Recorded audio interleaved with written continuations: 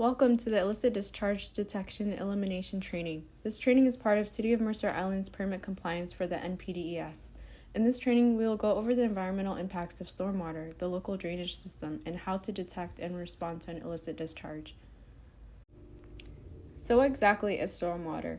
Ongoing development around the city contributes to the growing impacts of stormwater. Impervious surfaces such as buildings, parking lots, and roads lead to increased stormwater runoff. Stormwater is created from rain and snowstorm that does not infiltrate the pervious grounds.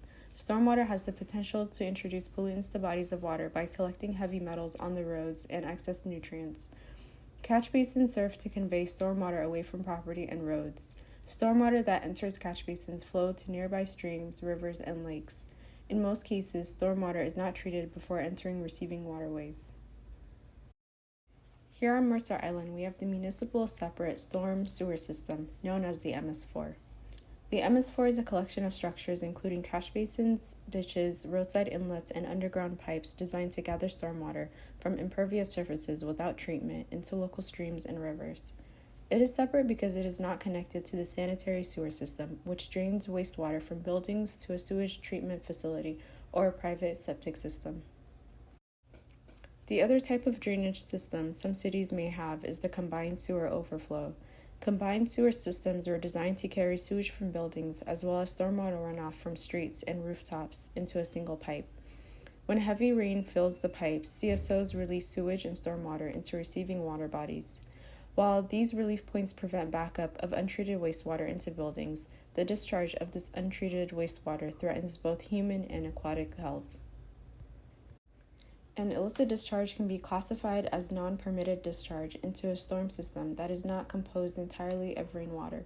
Every year, there are thousands of oil and chemical spills around the nation ranging from automotive fluids, construction activities, and illicit dumping. Illicit discharge can kill wildlife, destroy habitat, and contaminate critical resources in the food chain. Upland activities can impact the health of the Puget Sound. Nearly 100% of King County drains into the Puget Sound. Discharge, whether it's stormwater or illicit, does not only impact local ecosystem, but can spread pollution even further. There are a few exceptions to non-stormwater discharges that are allowed to enter the storm system. Permitted non-stormwater discharge that may enter the MS4 include fire hydrant and waterline flushing, diverted stream flows, and uncontaminated groundwater. Let's go over indicators of illicit discharges and what to look for. Unnatural colors in water, such as white, milky, and gray, can be associated with sewer discharge. White and pink-colored water may indicate discharge of paints, dyes, or chemicals. Suspicious odors may warn of an illicit discharge before you can see it. Sulfur or a rotten egg smell can indicate sewer discharge, while chlorine or floral smells can indicate cleaners or other chemicals. Foam can also indicate illicit discharge. While many instances of foam are completely natural, foam that is bright white and scented may indicate man-made illicit discharge such as soap or detergent.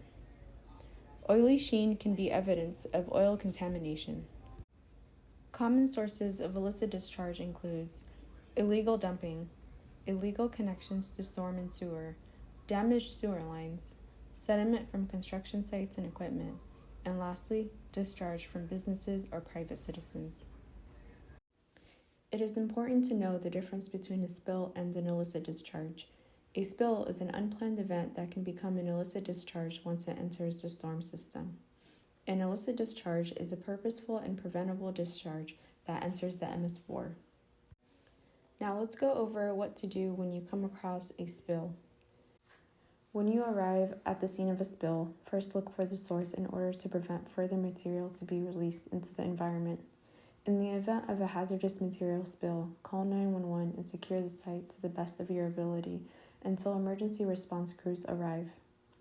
See if you can identify the spill material in order to use the most effective and applicable spill response kit. Next, secure the area, shut off source if possible. Grab your spill kit and put on appropriate PPE. Apply spill kit materials and control measures for cleanup of non-hazardous spills. The primary goal is to prevent spills from entering the city's MS4 system. In this demonstration, a magnetic drain cover is used to stop the spill from entering the storm system. A water absorbent snake is placed around the catch basin to absorb the spill. Spill pads are also used to pick up and retain spilled materials. It is important to notify municipal staff either by phone or filling out an IDDE report on City Works. After a spill is contained and cleaned up, double bag used spill kit materials and dispose of it at a King County hazardous waste facility. These are the following locations for the King County hazardous waste facilities. When you come across an illicit discharge, take good photos and details, such as description of the discharge, visible storm system structures, and street address. After responding to an illicit discharge, make sure to fill out the IDDE form on City Works. If spill amount is greater than 1 gallon and has entered the MS4, fill out an ERTS report, which can be found at the Department of Ecology website.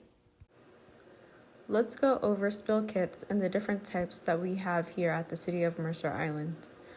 Every kit comes with a spill response procedure. Make sure to refer to it for detailed instructions and contact information for municipal staff.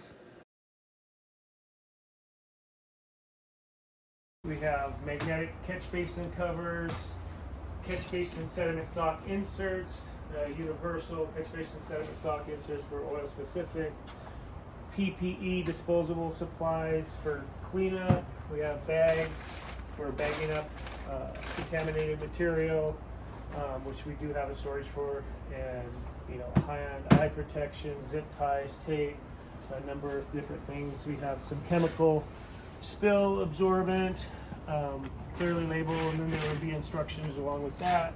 We have powder and granular absorbents, which you can take out, scoop what you need into a 5-gallon bucket, take it out and bring it back from the spill site. Then we have a number of universal materials that absorb everything, water included, so they do get kind of heavy, as opposed to the oil, which just does oil and does not absorb the water. So I will show you.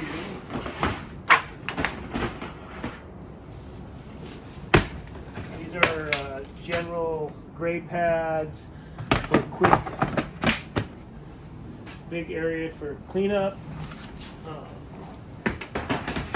And we will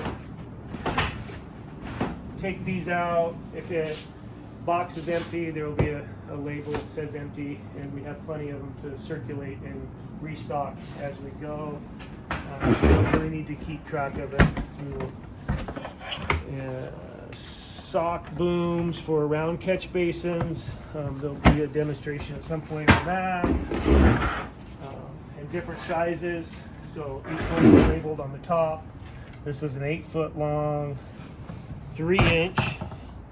So small diameter, great for catch basins. And we have bigger booms, socks, 10-foot, 5-inch, and they have clips. A lot of times you can clip them on some things.